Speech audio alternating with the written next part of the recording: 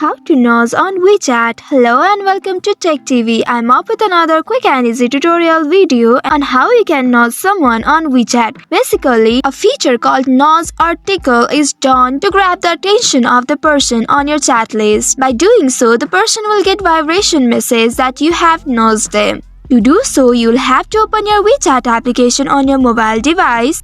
And once you reach to this page, here click on the person's chat to enter their chat page. After entering the chat page of the particular person, all you need to do is double tap on their profile and a vibration will be created. Below you will see a notice that you have nudged or tickled on that person. So in this way you can nudge on WeChat. That's all for today's video. Thanks for watching till the end. If you found this video helpful, don't forget to like, share and subscribe the channel. Also hit that bell icon to get notifications on more such helpful tutorials. See you in next video. Stay connected.